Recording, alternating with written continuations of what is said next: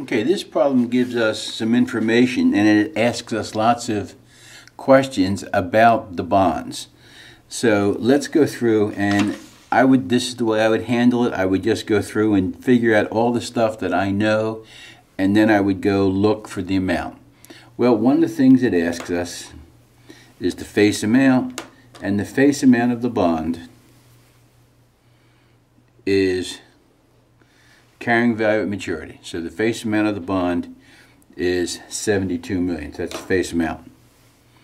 So that's the face rate, face amount. It's the par rate, par value. It's the contract price. They all mean the same thing. We also have to interpret the fact that we sold this for $5,774,000. That's the selling price. And while we're here, might as well figure out the discount, because we see that there was a discount. We sold them for $5,700,000 and we're going to pay back $7,200,000.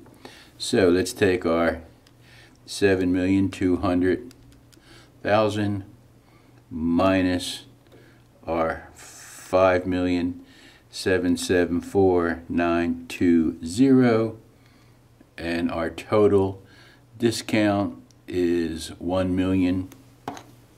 So let's write that down here. Total discount. Let's see, I'll put it up here. Total discount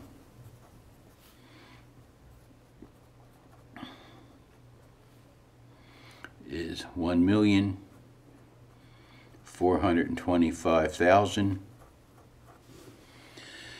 Now, another question it's going to ask us is, what is the term of the bond? Well, if there's 40 payments twice a year, the term, the life of the bond in years,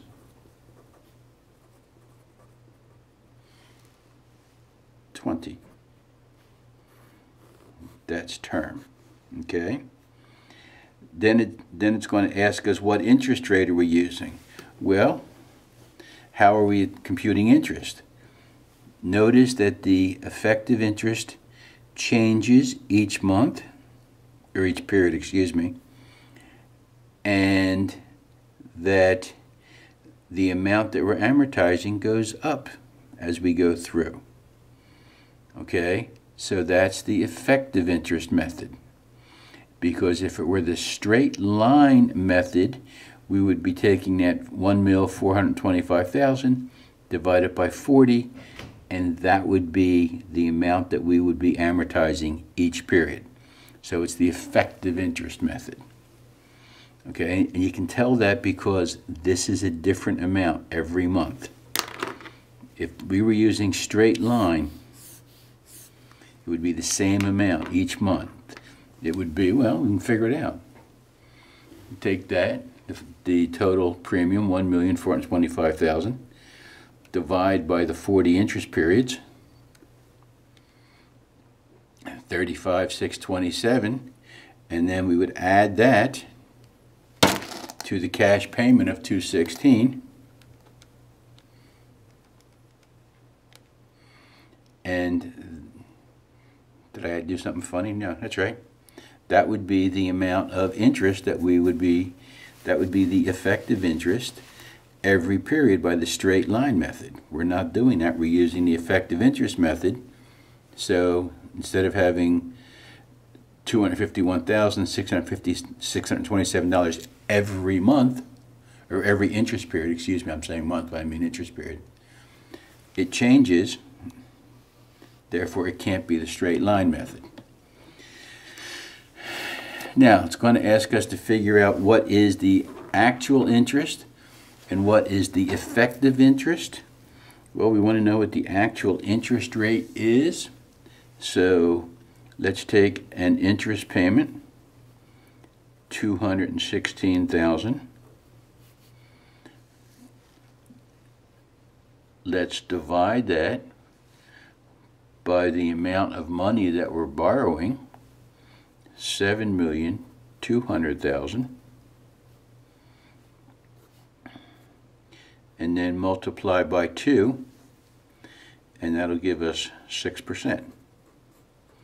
So that's the face rate, the coupon rate, the contract rate. That's what's written on the bond. These are 6% bonds.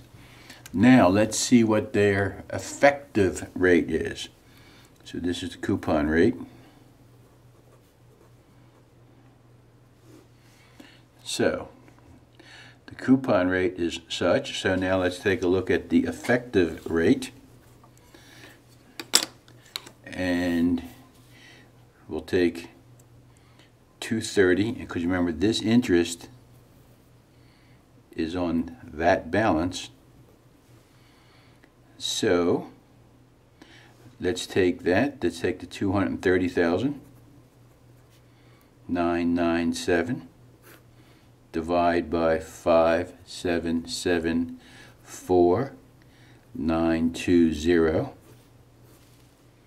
and that gives us, and then multiply by 2, and that gives us 8%. So that's the actual interest, or the effective interest.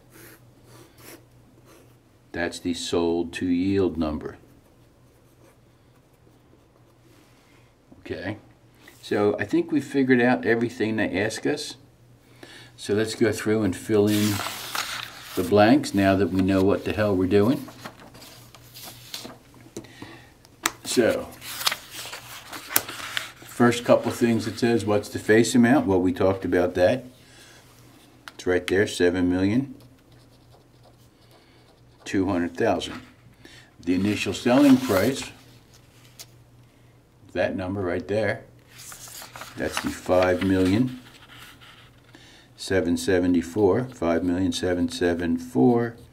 5,774,920.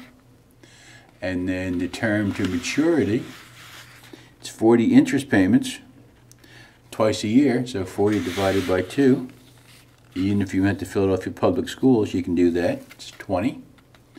And we determined that this was the effective interest rate. And we knew that because the interest rate changed each month.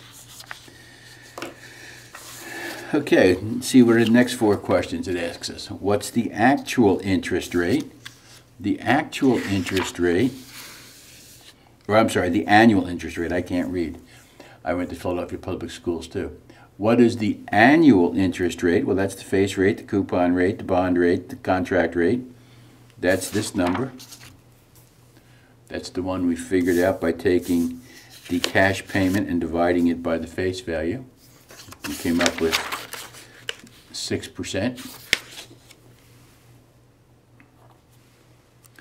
And then it asks us the effective, or the actual rate, and that's the sold to yield number, and we did that by taking the first interest payment and dividing by the carrying value, multiplying by 2. You come up with 8%. By the way, you could do that with any of them. Just so you took the right amount, you could have done this by that. You just come up with the same thing, okay? It's 8%.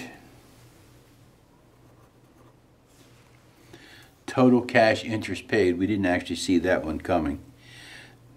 So that's 40 times the, what was the cash payment? 216,000. It's the total of all 40 of these payments, and 40 times 216,000 is 8,640,000. 8,640,000.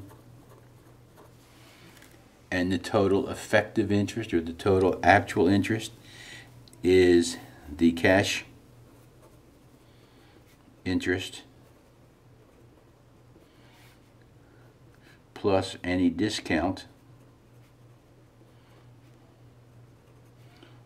or minus any premium. You can't have both in the same problem, obviously. So we take the cash that we paid, the $864, and add the total discount, $1,425,000. So take the 216 times 40 plus $1,425,000, Okay, and that gives us $10,065,080.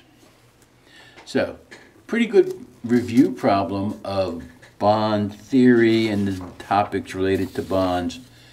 And we got all that information by looking at the table and just interpreting and knowing what we were looking at.